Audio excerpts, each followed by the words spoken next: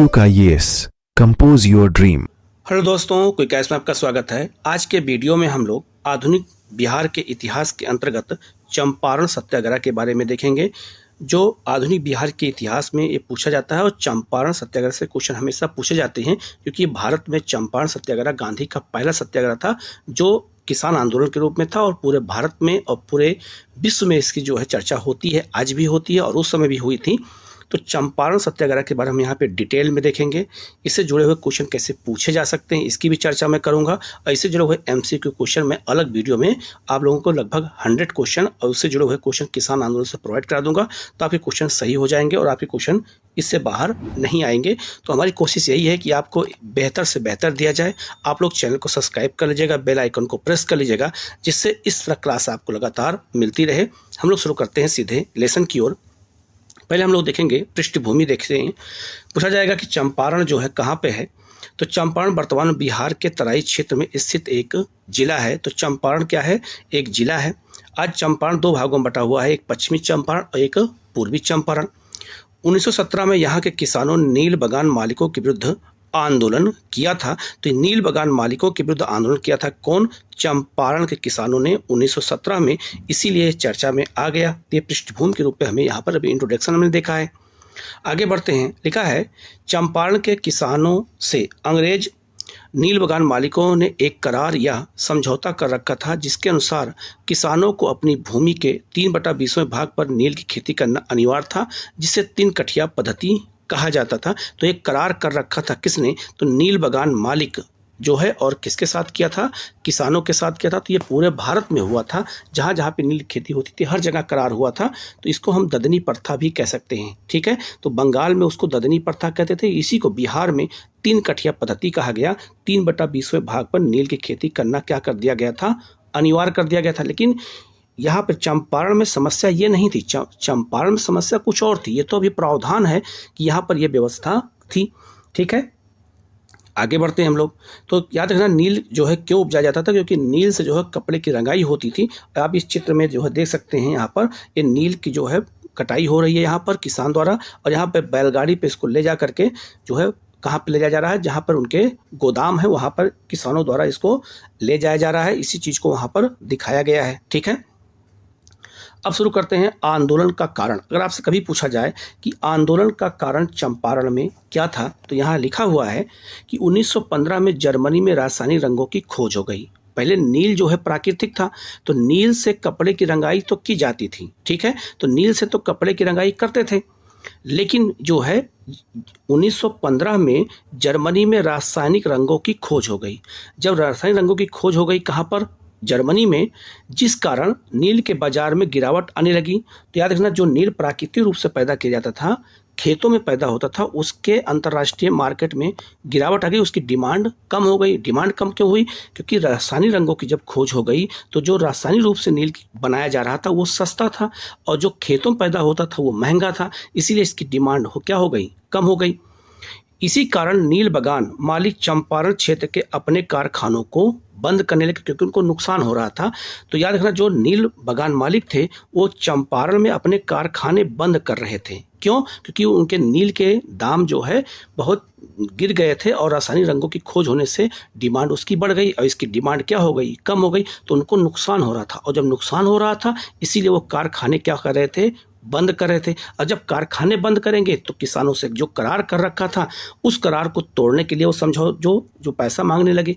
आगे लिखा भी है, आप इस इमेज में देख सकते हैं, फोटो में देख सकते हैं कि नील की खेती के लिए जो नील का बीज बोया जा रहा है, कैसे बोया जा रहा है? बैलगाड़ी के द्वारा। और आप देख सकते हैं कैसे नील बगान मालिक यहाँ पर खड़ा हुआ है, और किसान जो है उन्हीं के खेतों में काम कर रहे हैं, और उनको जो है मजदूरी दी जा रही है। और यहाँ पे देख सकते हैं, यहाँ पर ये लोग भी बैठे हुए हैं। तो उस समय किसानों की दुर्दशा कैसी थी और नील बगान मालिक कैसे थे, इन सबको यहाँ चित्र के माध्यम से समझाने का प्रयास किया गया है। अब आगे लिखा है कि अंग्रेज नील बगान मालिक जो करार या समझौता किसानों से किए थे, उससे मुक्त होने के लिए भारी लगानों की मांग करने लगे। यही कारण था चंपारण में सत्याग्रह का। वो अच्छे अच्छे लोगों को ये नहीं पता होता, वो नील कह के आगे बढ़ जाते। लेकिन कारण ये था कि जो करार किसानों से किया गया था, वो किसान के करार को तोड़ने के लिए अंग्रेजों ने भारी लगान की मांग की। ठीक है, क्यों? क्योंकि उनको घाटा होने लगा था और रासायनिक रंगों की खोज होने की वजह से, इसीलिए वो करार तोड़ने के लिए किसानों से पैसा मांगने लगे, अधिक लगान मांगने लगे। इसी वजह से चंपारण में सत्याग्रह हुआ था। ये कारण है मेन रूप से। ठीक है, आगे लिखा है, भारी लगान की मांग करने के कारण यहाँ के किसानों ने राजकुमार शुक्ल के नेतृत्व में आंदोलन क्या कर दिया, शुरू कर दिया। तो राजकुमार शुक्ल ही जो है यहाँ के नेता थे और इन्होंने ही जो है आंदोलन कहाँ शुरू किया दिया, लगान की जो मांग की गई थी उसके विरुद्ध चंपारण में। और जब ये चंपारण में शुरू हो गया, अब जो है यहाँ पे गांधी का रोल कैसे आ गया। तो लिखा है, चंपारण आने का निमंत्रण किसने दिया? तो चंपारण आने का निमंत्रण दिया जो है राजकुमार शुक्ल ने। तो कहाँ पे दिया? तो याद रखना, 1916 में कांग्रेस के लखनऊ अधिवेशन में राजकुमार शुक्ल गए थे। तो कांग्रेस का लखनऊ अधिवेशन आपको मैंने जो है मॉडर्न इंडिया में बताया था कि ये 3 चीज़ों के लिए बहुत इंपॉर्टेंट है। पहला कि उदारवादी और जो उग्रवादी थे ये एक हो गए थे, ये मैंने आपको बताया था। दूसरा, मुस्लिम लीग और कांग्रेस भी एक हो गई थी। तो लखनऊ पैक्ट हुआ था या लखनऊ समझौता हुआ था। कब? 1916 में, जब अधिवेशन लखनऊ में हुआ था। तो ये दूसरा कारण था। और यहीं पर जो है राजकुमार शुक्ल गांधी से मुलाकात करने आए थे और चंपारण आने का निमंत्रण देने आए थे। और चंपारण की समस्या को बताने के लिए ही जो है कौन आया था? तो राजकुमार शुक्ल आए थे। तो ये 3 चीज़ों से लखनऊ सम्मेलन इंपॉर्टेंट है और इसके अध्यक्ष अंबिका चरण मजूमदार थे। ये भी आपको याद रखना है। ठीक है, आगे बढ़ते हैं। लिखा है कि शुक्ल ने गांधी जी से मिलकर चंपारण के किसानों की समस्याओं के समाधान के लिए चंपारण आने का अनुरोध किया। तो ये भी क्वेश्चन पूछा जा सकता है कि चंपारण आने का अनुरोध राजकुमार शुक्ल ने कहाँ पे किया था? तो लखनऊ अधिवेशन में किया था। ये आपको याद रखना है। ठीक है, आगे बढ़ते हैं हम लोग। गांधी जी 10 अप्रैल 1917 को बिहार आए थे। ये डेट याद रखना, 10 अप्रैल 1917 को बिहार आए थे। पटना से बापू अगले दिन मुजफ्फरपुर पहुंचे और यहीं पर डॉक्टर राजेंद्र प्रसाद से उनकी पहली मुलाकात हुई थी। तो यहाँ 2-3 बातें याद आपको रखना है। पहला याद रखना है कि महात्मा गांधी चंपारण किस रास्ते से गए थे। तो याद रखना, सबसे पहले वो कलकत्ता गए थे, कलकत्ता से पटना आए थे और पटना से जो है कहाँ गए थे? मुजफ्फरपुर। और मुजफ्फरपुर से जो है कहाँ गए थे? तो चंपारण गए थे। तो इनका पहले कलकत्ता, कलकत्ता से पटना, पटना से जो है मुजफ्फरपुर, मुजफ्फरपुर से जो है फिर कहाँ गए थे? तो चंपारण आए थे। इस बात को याद रखना। इसको भी हो सकता है कभी न कभी ये पूछा जाए। ठीक है, अब ये भी पूछा जा सकता है कि राजेंद्र प्रसाद से महात्मा गांधी की मुलाकात पहली बार कहाँ हुई थी? तो यह पहली मुलाकात हुई थी मुजफ्फरपुर में हुई थी, क्योंकि जो है ये क्या कहते हैं, राजेंद्र प्रसाद उस समय सबसे बड़े लीडर के रूप में वहाँ पर उभर रहे थे। कहाँ पर? जो है बिहार में, और भी कांग्रेस के नेतृत्व में। ठीक है, तो आपको ये बात याद रखना है। ठीक है, तो यहीं पर मुलाकात हुई। तो 10 अप्रैल 1917 को यहाँ पर जो है पहुँचे थे कौन? याद रखना, गांधी। और गांधी गंडक नदी को जो पार किया था तो हाथी पे बैठ के पार किया था। ये भी याद रखना, ये भी क्वेश्चन एग्जाम में पूछा जा सकता है। तो हाथी पे बैठ के गंडक नदी को पार किया था किसने? गांधी ने। ठीक है, आगे बढ़ते हैं हम लोग। महात्मा गांधी कमिश्नर से इजाज़त नहीं मिलने के बावजूद ट्रेन से चंपारण धरती पर 15 अप्रैल 1917 को कदम रखा था। तो पहले जो है ट्रेन से पहुंचे थे और जब उस गांव गए थे जहां पे ये आंदोलन हो रहा था, वहां से हाथी से गए थे, हाथी पे सवार होकर के गए थे, वो नदी को पार किया था। ठीक है, तो याद रखना, कमिश्नर की अनुमति नहीं मिली थी। इसके बावजूद भी महात्मा गांधी जो है चंपारण जो है वहाँ पर उतरे प्लेटफॉर्म पे, वहाँ ट्रेन से, और फिर वहाँ से जो है वो गाँव गए थे। आगे लिखा है 22 अप्रैल 1917 को गांधी जी बेतिया पहुंचे और जो है हजारीमल धर्मशाला में जो है ये रुके थे। तो पूछा जाएगा कि महात्मा गांधी जब बेतिया पहुंचे थे तो किस धर्मशाला में रुके थे? हजारीमल धर्मशाला में। गांधी जी कलकत्ता से पटना, पटना से मुजफ्फरपुर और वहां से मोतिहारी पहुंचे थे। ये क्रम जो मैंने आपको बताया है, ये बात याद रखना। तो कलकत्ता महात्मा गांधी ने राजकुमार शुक्ल से कहा था, आगे मैं बताऊंगा, उन्होंने कहा था कि जब मैं भारत का भ्रमण करूंगा तो उसमें चंपारण को शामिल कर लूंगा। ठीक है, तो कलकत्ता से पटना, पटना से मुजफ्फरपुर और फिर वहां से मोतिहारी अर्थात चंपारण महात्मा गांधी गए थे। तो ये सब रास्तों के बारे में भी एग्जाम में पूछा जा सकता है, क्योंकि बीपीएससी की एग्जाम पे भरोसा नहीं किया जा सकता है, वो वहाँ क्वेश्चन कैसे भी पूछा जा सकता है। अब आप देख सकते हैं ये उसी का ये दृश्य है जब महात्मा गांधी जो है वहाँ क्या कहते हैं ट्रेन से उतर रहे थे, उसी चीज को यहाँ पे दिखाया गया है। ठीक है, आगे लिखा है गांधी जी ने लगभग जो है 8,000 किसानों से वार्ता की। पटना में गांधी जी जो है किससे मुलाकात की थी? तो मजरूल हक से मिले और बगान मालिक संघ के सचिव जेम्स विल्सन से भी मिले। अभी आपसे ये भी पूछा जाएगा कि जो क्या कहते हैं बगान मालिक संघ के जो है वहाँ उस क्षेत्र में जो है सचिव कौन थे? तो जेम्स विल्सन थे। इनसे भी मिल करके इन्होंने उस समस्याओं को जाना। 8,000 किसानों से वार्ता की, ये भी एक क्वेश्चन बन सकता है, जो है वहाँ उनसे पूछा। और पटना में जो है इन्होंने, याद रखना ये भी बहुत बड़े जो है नेता थे उस समय, कौन? तो मजरूल हक, इनसे भी मुलाकात की और वहाँ पे जा करके चंपारण की समस्या, नील की खेती के बारे में जाना। ठीक है, गांधी जी की सत्याग्रह शुरू हुई। ठीक है, ये जो चंपारण गांधी जब पहुंचे थे ये उसी का दृश्य दिखाया जा रहा है, आप देख सकते हैं। यही है आपका राजेंद्र प्रसाद और ये है आपके महात्मा गांधी हैं, तो ये आप देख सकते हैं, ये उन्हीं का जो है उसी समय का ये फोटो है। ठीक है, आगे लिखा है यह गांधी द्वारा भारत में किया गया प्रथम सत्याग्रह आंदोलन था। ठीक है, मैंने आपको पहले बताया था, आप इसको बारे में जानते भी हैं।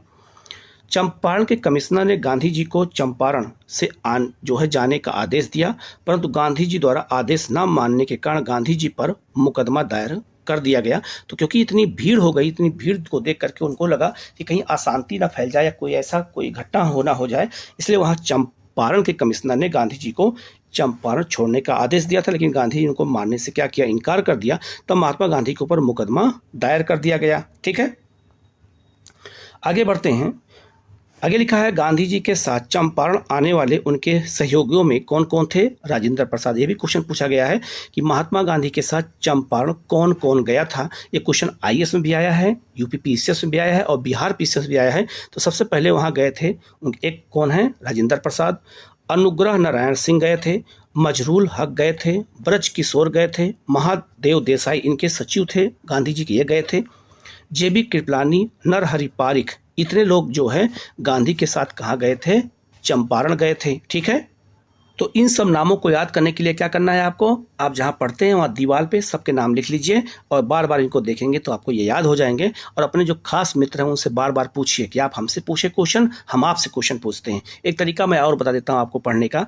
कोई आपके खास मित्र हों, अच्छे मित्र हों, चाहे वो लड़की हो चाहे लड़का हो, आप जो है ये क्या कहते हैं नई टेक्नोलॉजी का यूज करिए, जैसे व्हाट्सएप पे उनको कॉल करिए, वीडियो कॉल करिए और सामने मोबाइल अपने टेबल पे रखिए और उनसे कहिए आप हमसे 100 क्वेश्चन पूछो और 100 क्वेश्चन मैं आपसे पूछता हूं। आज हम लोग इस टॉपिक को समाप्त करेंगे बैठ के। जो अच्छे मित्र हों, जो आपके बारे में जानते हों, जो आप उनके बारे में जानते हों, अब दोनों लोग जब 100 क्वेश्चन डेली पूछोगे, 2 घंटा 1 घंटे का एक टाइम रख लो, जब पूछोगे तो आपके क्वेश्चन बहुत सारे याद हो जाएंगे। पूछने से क्वेश्चन बहुत याद होते हैं, बताने से बहुत सारा क्वेश्चन याद होते हैं। तो उसमें जो है आप इसका भी इस्तेमाल करके अपनी पढ़ाई को और जो है धार दे सकते हैं। तो इस तरह के मैं आपको टिप्स बताता रहूँगा वीडियो के बीच में। ठीक है, अब आगे बढ़ते हैं। अब जो है ब्रिटिश सरकार ने निर्णय लिया कि चंपारण जांच समिति बनाई जाएगी और चंपारण की समस्या को पता लगाया जाएगा। अब लिखा है चंपारण जांच समिति बनाई गई तो गांधी जी के सत्याग्रह के दबाव में बिहार के तत्कालिक उपराज्यपाल एडवर्ड जो है अल्बर्ट गेट, इनको याद रखना, पूछा जा सकता है कि जब सत्याग्रह हुआ था चंपारण का तो उस समय जो है बिहार के उपराज्यपाल कौन थे, लेफ्टिनेंट गवर्नर कौन थे? तो एडवर्ड अल्बर्ट गेट ने द्वारा एक जांच समिति गठित की गई, जिसके अध्यक्ष जो है कौन थे? ये भी क्वेश्चन बहुत बार आ चुका है, FG सलाई थे। जांच समिति के अध्यक्ष कौन थे? चंपारण जांच समिति के अध्यक्ष कौन थे? याद रखना, FG सलाई थे। और किसने इस समिति को गठित किया था? तो बिहार के तत्कालिक उपराज्यपाल, याद रखना, एडवर्ड अल्बर्ट गेट थे। इस नामों को आपको अच्छे से याद रखना है। ठीक है, अब आपको याद रखना है कि चंपारण की जो जांच समिति बनाई गई थी उस समिति के सदस्यों में कौन लोग शामिल थे? तो याद रखना, उसके अध्यक्ष कौन थे? तो सलाई थे, मैंने अभी आपको बताया सलाई थे। लेकिन इसमें सदस्य कौन कौन था? तो महात्मा गांधी स्वयं थे, ये भी याद रखना।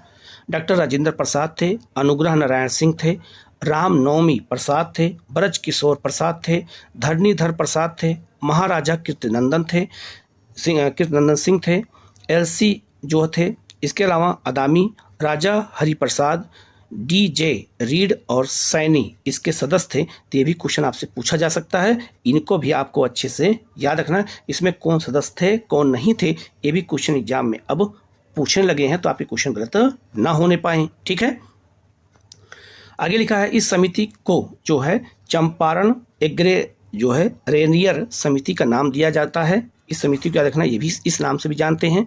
इस समिति ने तिनकठिया प्रथा को पूर्णतः समाप्त करने की अनुशंसा की। तो याद रखना, इस समिति ने कहा कि तिनकठिया पद्धति जो है ये अच्छा नहीं है, इसको जो है क्या किया जाए, समाप्त किया जाए। ठीक है, परिणाम क्या निकला आगे। आयोग की सलाह पर सरकार ने तिनकठिया पद्धति को समाप्त घोषित करते हुए किसानों को अवैध रूप से वसूले गए धन का 25% भाग वापस कर दिया। यह निर्णय ले लिया समिति की सिफारिश पर और तिनकठिया पद्धति को क्या किया गया, समाप्त कर दिया गया। और ये कहा गया कि किसानों के साथ जो अवैध धन की वसूली हुई है उसका 25% उनको क्या कर दिया जाएगा, वापस कर दिया जाएगा। इस तरह गांधी का पहला आंदोलन क्या हो गया, सफल हो गया। ठीक है, हर चीज को मैंने अलग अलग बताया है, इसको आपको बहुत अच्छे से याद करना है। ठीक है, आगे बढ़ते हैं। लिखा है कि चंपारण सत्याग्रह के दौरान गांधी जी के कुशल नेतृत्व से प्रभावित होकर रविन्द्रनाथ टैगोर ने उन्हें महात्मा की उपाधि दी थी। ये भी क्वेश्चन कई बार आया हुआ है। ठीक है, आगे बढ़ते हैं। अब आपसे क्वेश्चन पूछा जाएगा कि गांधी जी जब चंपारण गए थे तो उसका विरोध किसने किया था। तो एनजी रंगा एक किसान नेता थे आंध्र प्रदेश के। इन्होंने गांधी जी के इस सत्याग्रह का विरोध किया था। ये भी क्वेश्चन आपसे पूछा जा सकता है कि ऐसा कौन सा नेता था, किसान नेता था, जो चंपारण में गांधी के जो है सत्याग्रह का विरोध किया था। तो एनजी रंगा थे। इनको आपको अच्छे से याद रखना है। ठीक है, अब आगे बढ़ते हैं। राजकुमार शुक्ल के बारे में देख लेते हैं, उनके बारे में हमें क्या इन्फॉर्मेशन है, कहाँ से क्वेश्चन इसके बारे में पूछा जा सकता है। तो लिखा है जो है भारत के स्वतंत्रता संग्राम के समय बिहार के चंपारण में जो है मुरली जो है भरा हवा नामक गांव के निवासी और स्वतंत्रता सेनानी कौन थे, राजकुमार शुक्ल थे। इनके पिता का नाम कोलाहल शुक्ल था। इनकी जो है धर्मपत्नी का नाम क्या था, केवला देवी था। जिनका घर जो है कहाँ था, भटोलिया जो है मीनापुर मुजफ्फरपुर में था। तो इनकी जो ससुराल थी वो कहाँ थी, मुजफ्फरपुर में। इनकी पत्नी का घर वहाँ था, इनकी ससुराल थी। पंडित शुक्ल को सत्याग्रही बनाने में जो है केवला जो है देवी का महत्वपूर्ण योगदान था। तो इनकी पत्नी का ही सबसे बड़ा योगदान था, जिन्होंने इनको सत्याग्रही बनाने की प्रेरणा दी, जिससे ये सत्याग्रही बने और आज इतिहास में इनका नाम दर्ज है। अब थोड़ा आगे बढ़ते हैं। महात्मा गांधी ने अपनी आत्मकथा सत्य के प्रयोग में के 5वें भाग में 12वें अध्याय में नील का दाग में गांधी लिखते हैं। तो गांधी जो है चंपारण के बारे में बताते हैं कि जब राजकुमार शुक्ल पहली बार हमसे मुलाकात किए थे तो हमारे और उनके साथ क्या घटना घटी थी, इसके बारे में उन्होंने बहुत अच्छा सा उल्लेख कहाँ किया है, सत्य के प्रयोग अपने जो है आत्मकथा में किया है। वो क्या लिखते हैं गांधी जी कहते हैं कि लखनऊ कांग्रेस में जाने से पहले तक मैं चंपारण का नाम तक न जानता था। गांधी कह रहे हैं कि मैं लखनऊ जब सम्मेलन में गया, राजकुमार शुक्ल से नहीं मिला था, तो मैं चंपारण के बारे में नहीं जानता था कि चंपारण भी कोई क्षेत्र भारत में है। ये गांधी खुद कह रहे हैं अपनी आत्मकथा सत्य के प्रयोग में। आगे लिखते हैं गांधी कि नील की खेती होती है, इसका तो जो है ख्याल भी ना के बराबर था हमारे दिमाग में। इसके कारण हजारों किसानों को कष्ट भोगना पड़ता था, इसकी भी मुझे कोई जानकारी नहीं थी। तो चंपारण के बारे में, नील की खेती के बारे में, इसके बारे में गांधी लखनऊ सम्मेलन जब तक राजकुमार शुक्ल नहीं मिले थे कुछ नहीं जानते थे। फिर उन्होंने आगे गांधी क्या कहते हैं, आगे उन्होंने लिखा, गांधी कहते हैं कि राजकुमार शुक्ल नाम के चंपारण के एक किसान ने वहाँ मेरा पीछा पकड़ा। वकील बाबू ब्रजकिशोर प्रसाद बिहार के उस समय के नामी वकील और जयप्रकाश नारायण के ससुर जो है आपको सब हाल बताएंगे। गांधी कहते हैं कि हमसे मत मिलो, राजकुमार शुक्ल से कहते हैं हमसे मत मिलो, तुम ब्रजकिशोर से मिल लो, उनको कोई समस्या बता दो, वो हमको बता देंगे, फिर हम डिसाइड करेंगे कि चंपारण कब हमें आना है। कहकर वो मेरा पीछा करते जाते और मुझे अपने यहाँ आने का निमंत्रण देते जाते। तो गांधी आगे आगे जा रहे हैं, पीछे पीछे राजकुमार शुक्ल अपनी समस्या बता रहे हैं। और गांधी ने कहा कि आप ब्रजकिशोर को बता दीजिए, मैं जो है उनसे समझ लूँगा। उन्होंने सोचा कि कोई जो है ऐसे बहुत सारे लोग मिलने आते हैं, वैसे राजकुमार शुक्ल भी होंगे, तो इसके बारे में उनको पता नहीं था। ये गांधी ने स्वयं एक्सेप्ट किया और अपनी आत्मकथा में ये इस प्रसंग का उन्होंने बहुत अच्छे से उल्लेख किया है। ठीक है, आगे लिखा है, लेकिन महात्मा गांधी ने राजकुमार शुक्ल से कहा कि फिलहाल वे उनका पीछा करना छोड़ दें। इस अधिवेशन में ब्रजकिशोर प्रसाद ने चंपारण की दुर्दशा पर अपनी बात रखी है। तो याद रखना कि जो लखनऊ अधिवेशन हुआ था उसमें ब्रजकिशोर ने ये जो है चंपारण की दुर्दशा पे प्रस्ताव पहले से रख दिया था। यह भी क्वेश्चन पूछा जा सकता है कि याद रखना लखनऊ अधिवेशन में या किस अधिवेशन में चंपारण की समस्या को लेकर एक प्रस्ताव रखा गया था। तो लखनऊ अधिवेशन में किसने रखा था? तो ब्रज किशोर प्रसाद ने रखा था। यही बात गांधी ने राजकुमार शुक्ल को जब पीछे उनके घूम जा रहे थे ये बात उन्होंने कहा, जिसके बाद कांग्रेस ने एक प्रस्ताव पारित कर दिया था। इसके बाद भी राजकुमार शुक्ल संतुष्ट ना हुए, वह गांधी जी को चंपारण लिवा जाने की जिद करने ठाने रहे। इस पर गांधी ने अनमने भाव से कह दिया, मतलब वैसे ही उनको बहलाने के लिए कह दिया कि अपने भाषण में चंपारण को भी मैं शामिल कर लूंगा और 1-2 दिन वहां ठहर कर अपनी नज़रों से वहां का हाल देख भी लूंगा। बिना देखे इस विषय पर मैं कोई राय नहीं दे सकता हूं। ये गांधी ने अपनी आत्मकथा में कहा था। किसको? जो है जो घटना उस समय हुई थी जब राजकुमार शुक्ल से मिले थे लखनऊ में, तो उन्होंने अनजाने मन से उनसे कहा कि हाँ मैं आ जाऊंगा, उनके मन को शांत करने के लिए, जो क्योंकि उनके पीछे घूम रहे थे गांधी के।